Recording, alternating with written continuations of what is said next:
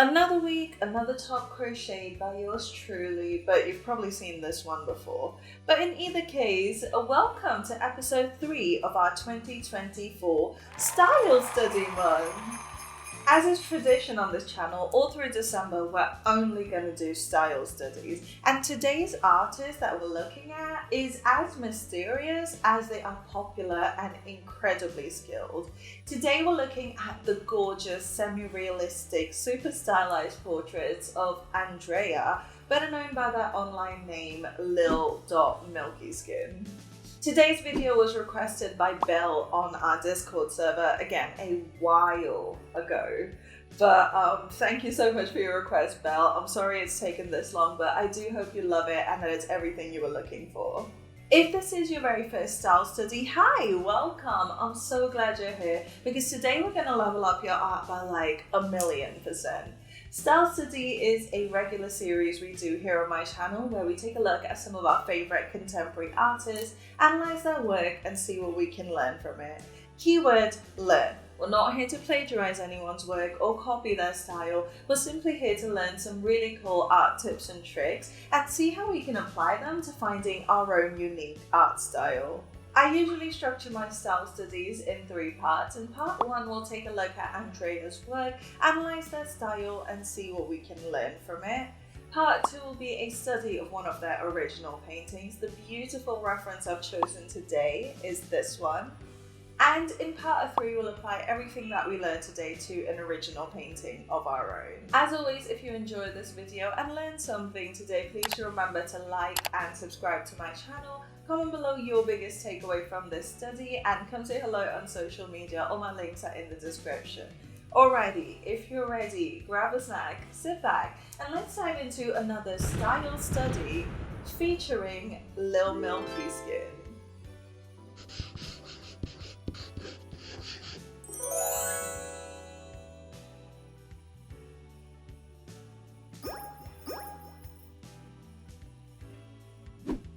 Andreea is probably the most elusive artist we've had on this series ever, because literally the only info out there is that they're called Andreea. I don't even know what pronouns they prefer, so we're just gonna go with they, them, just to be safe and not accidentally offend anyone. But since we don't know much about them, let's just jump straight into the art, because oh boy, are these stunning. Andreea's art is what I would call heavily stylized, semi-realistic character art, and the characters are stylized to be extremely appealing in a traditionally feminine sense, where you have the soft rendering, but Andreea also uses very clean lines of definition to balance it all out. The facial proportions are actually very similar to what we've seen time and time again, so today I actually want to focus this study on the rendering, because I feel like that is where Andreea's art really shines. However, do you see how languid and voluptuous these characters are? It's no wonder Andreea's gathered about 153,000 followers on Instagram and over 8,600 followers on Twitter. Their art is definitely geared towards the sensualist. Speaking of this, here are 4 key characteristics to Andreea's art.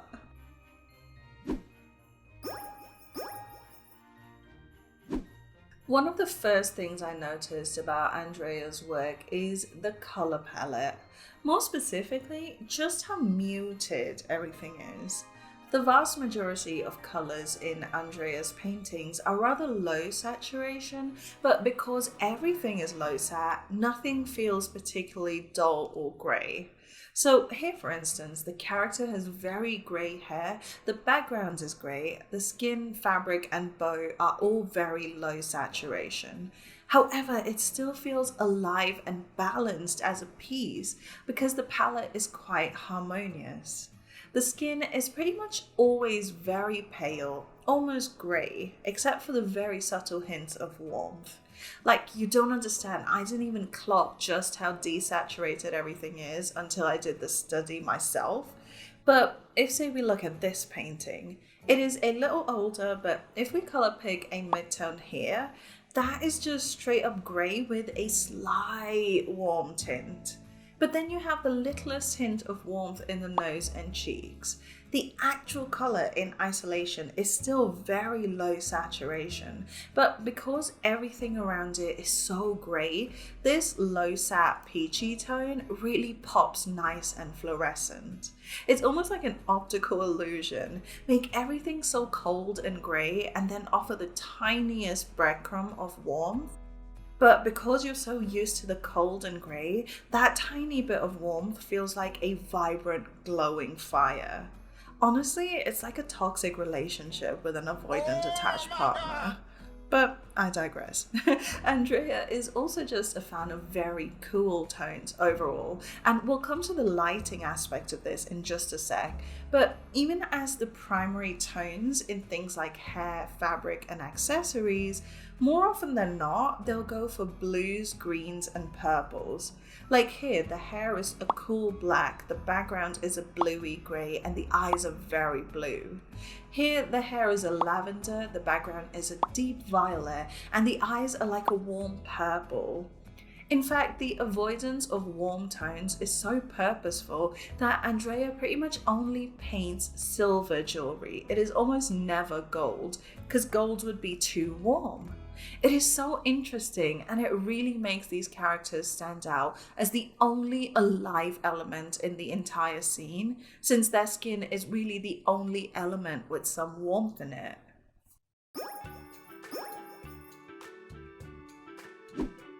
Generally speaking, Andreea likes to paint very even, diffuse lighting, though it isn't always super bright.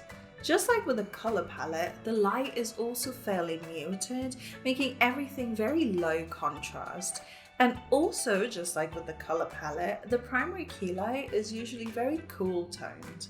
Obviously, you can tell that because the brightest highlights are like a light blue-grey, but even with the warmer midtones or shadows, they really don't pop quite the way they would in a warm key light.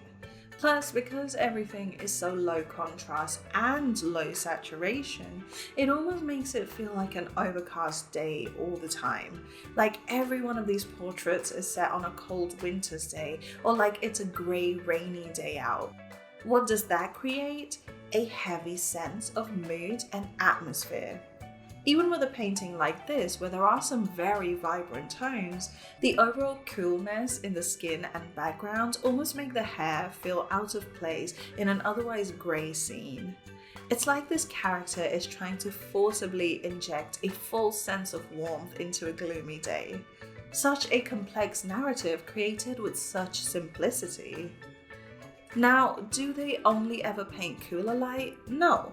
And here's an amazing example because it really does show you how different a bright, warm key light would look on the same exact character in the same exact scene. See how in that little heart of light, everything is so warm and saturated, while everything in the shadow is super cool, super desaturated, and also very low contrast.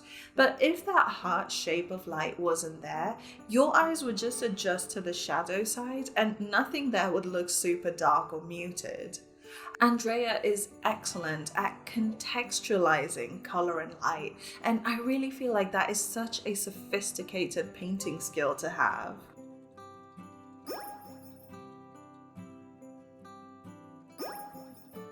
So if you guys remember, last week we looked at Hey Mary Jane's art, and I mentioned how the texture in her work was used to draw the eye towards a focal point. With Andreea's work, it almost feels like the opposite, where they use the texture to deflect the eye and push it off to find the primary focus of the piece. It's like this scene at the end of Moana where the ocean turns Hey Hey around and sends him back to the village. That's what the texture in Andreea's work does. All it takes is one glance and you can tell that the primary focus in Andreea's art is the skin. All that soft, supple, super blended out roundness, it just sort of wants to seep out of the painting. However, all that soft blending means that the skin is a very visually quiet zone in the painting. Remember, high texture creates a visually noisy area in a painting, low texture creates a visually quiet zone. And in general, visually noisy areas are the focal point because they catch your attention immediately. But Andreea seems to work with a concept that I've seen very few artists really nail, and that is overstimulation. Imagine this. It is a very hot, very crowded day at the market. People are screaming, you're awfully sweaty and dehydrated. There's people everywhere, there's vehicles honking, you're being jostled around, and it's all way too much. And then you find a quiet, empty, air-conditioned room. Feel that sense of relief? Now, translate that feeling to visual noise. When you're so overly stimulated by highly textured areas, in this case the hair, clothing, jewelry, and eyes, you're gonna make a beeline for the calmer, smoother bits, aka all that skin. In fact, Andreea doesn't just place the noisy areas next to the quiet ones and hope that it leads you to the skin. They use a very specific framing technique. This is when you take a visually quiet focal point and you surround it in very noisy elements in order to overstimulate the viewer into wanting to linger on the quiet focal point for longer. And when your eyes try to look elsewhere on the painting, that overstimulation hits again and you go right back to the soft skin. It's actually a really clever idea because it forces you to stay stuck on the painting for a lot longer, meaning you have enough time to create an emotional response to the painting. And what happens when we have an emotional response to art? We remember that art. See? Genius.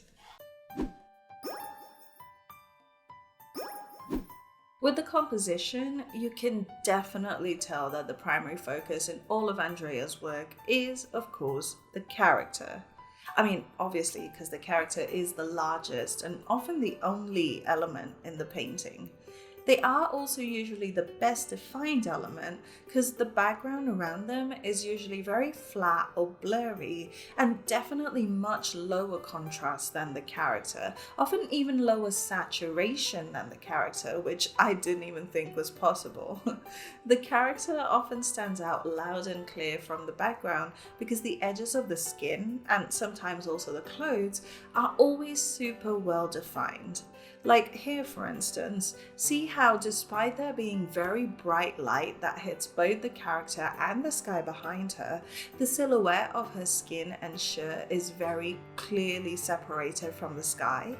Here, although the shadows in her hair and dress blend into the background a little, the edges of her skin are very clearly defined and separated from the background. You know, just in case you couldn't tell that the skin is what it's all about. That said, however, I think the most dynamic element in the piece is always the hair. You'll see that Andreea always gives their characters these long, luscious, flowy locks that have very gentle, sensual curves, and there is a really good rhythm and interplay of large, medium, and small shapes. They don't paint every single strand. Most of the body of the hair is made of flat shapes, but then you have the flyaways that create tons of leading lines that lead you right back to the skin. Sometimes you'll see that the hair blends into the background, like here with this character. See how the shadows in her hair sort of disappear entirely? This creates a sense of stealth, like this character is creeping around in the night, trying not to be seen. Other times you have characters like this one, where the hair stands out from the background very dramatically. This is a very macabre scene, but it really pushes the idea that the character does not belong in the situation and that you just cannot hide from what has happened to her. It is right in your face. Again, a very, very sophisticated form of storytelling created in the simplest of ways, which, in my opinion, takes even more skill and planning. So, to sum up part 1 of this study, here are the 4 key characteristics to Andreea's art. Number 1, they use very muted, low saturated, cool tone palettes where everything is super grey. As a result, even the slightest bit of warmth looks really vibrant and saturated. 2, the lighting is usually diffused, muted, and cool toned, creating a very heavy atmosphere that simulates an overcast day or just a generally dense mood. 3. Andreea uses textured elements such as the eyes, hair, jewelry, and clothing as an overstimulating frame in order to drive your eye to the primary focal point of the piece, i.e., the soft, supple skin. And number 4, the character is always the primary focus of the piece and also very much the largest element in the frame.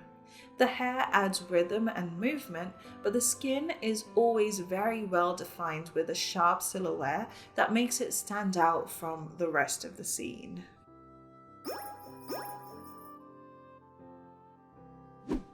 For our study today, this is the reference that I've chosen. Gonna be honest, you guys, the proportions definitely threw me for a wide loop here.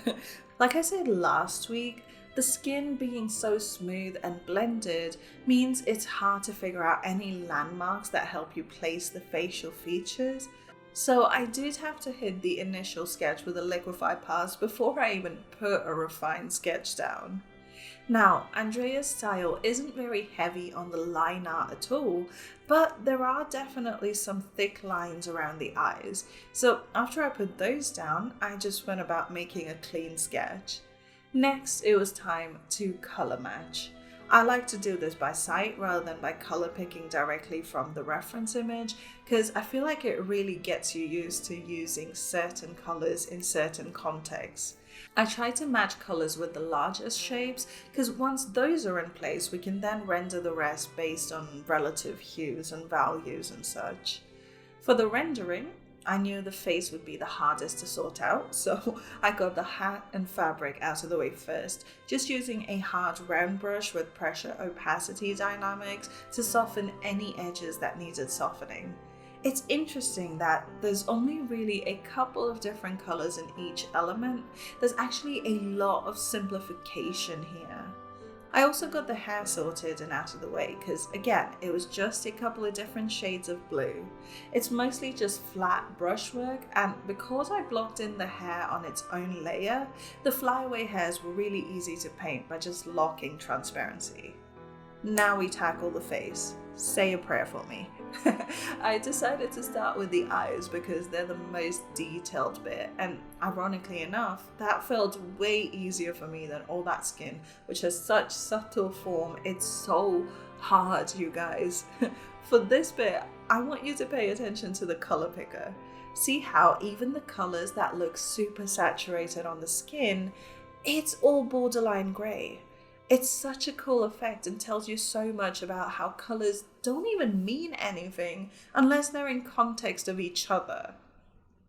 But yes, I definitely had a massive learning curve while painting the skin here. It was difficult. Like, you think it's just airbrushing some blush onto desaturated skin, but you guys, in order for it to make sense, you need to be in the right zone for the value, saturation, and temperature. Even with the lips, they look so saturated, but if you just stuck some super saturated pink in there, it would be all kinds of wrong and it would honestly just look so out of place. There is just so much more nuance and so many careful choices in the way Andreea paints, and that's why these paintings are so incredibly sophisticated, despite how simple they look on the surface. It takes a lot of work to make things look simple and also impactful.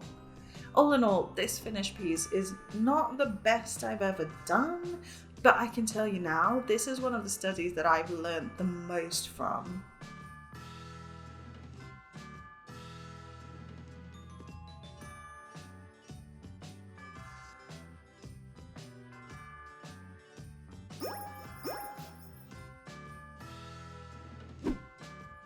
For the original painting this week, I had a very specific idea in my mind. I wanted this character to look unimpressed. This is a very specific, very subtle expression, and I figured since Andrea's style is all about subtlety, What better time to try it out, right? I wanted it to look like this character is so well cared for, so beautifully adorned, that when people come up to her trying to invade her space, she knows she won't let in anything but the best. It's a very Miranda Priestley type withering look from The Devil Wears Prada that I was going for, but a little less overt. I wasn't too concerned about really nailing the likeness or proportions, though I did try my best. But this exercise, like I said earlier, is about learning to render like Andreea does. I also wanted to give her a vibrant underlayer of hair just to see if I could get that effect of bright but not saturated. I ended up settling for red because I feel like it just looks the best. Yes, I am biased. Everyone should dye their hair hot red. I'm sorry. It is just the best color out there for hair. Spoiler alert, I wasn't able to go subtle with the colors in the hair, but A for effort, please? Hands down, my favorite part to paint was the metal in her neck piece thing. I realized that much like Wang Ling, Andreea actually paints their metals to be extremely simplified, with the highlights, midtones and shadows being flat areas of color with no blending. It really makes the metal look nice and shiny, because blending often makes things appear too matte and we don't want that for shiny metal. I tried to stick with silver, you guys, I really did, but once the green and those beads came in, I'm sorry, gold had to happen. I know it's not Andrea's style to paint gold, but come on, green and gold go together like red and hair. I threw in some floating specks in the background because I've definitely seen Andreea do that, but the rest of the background is very nondescript, just a gradient in one corner and a shadow in the other. Plus, I wanted that hair to disappear into the shadow because that's an effect I never really paint and it was really fun. This absolutely has to be one of my favorite original paintings to come from a style study. I am so glad we did this, you guys.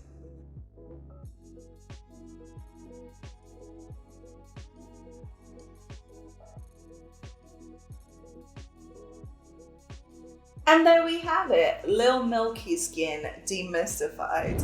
I'm not even being dramatic. This way of painting skin is literally the most different to how I usually paint skin, especially in terms of the color palette, but I really enjoyed it. What do you think? Comment below your biggest takeaway from this study. I have, of course, linked all of Andrea's work down in the description. Make sure you go check them out and show them some love for me. And thank you so much again to Belle for requesting this video. I really hope you loved it and that it was everything you were looking for.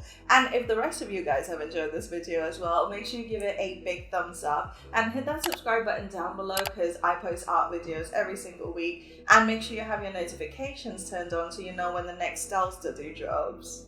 Come say hello on Instagram, Discord and Kara, and if you like what I do and would like to support my work, you can now buy me a coffee. I have a sale running all through this month on Buy Me a Coffee on my brush kit, so you can grab a sweet little discount. The info and links to everything are in the description. Or if you want even more rewards every single week, you can grab all of it on my Patreon. Link to that is also in the description below.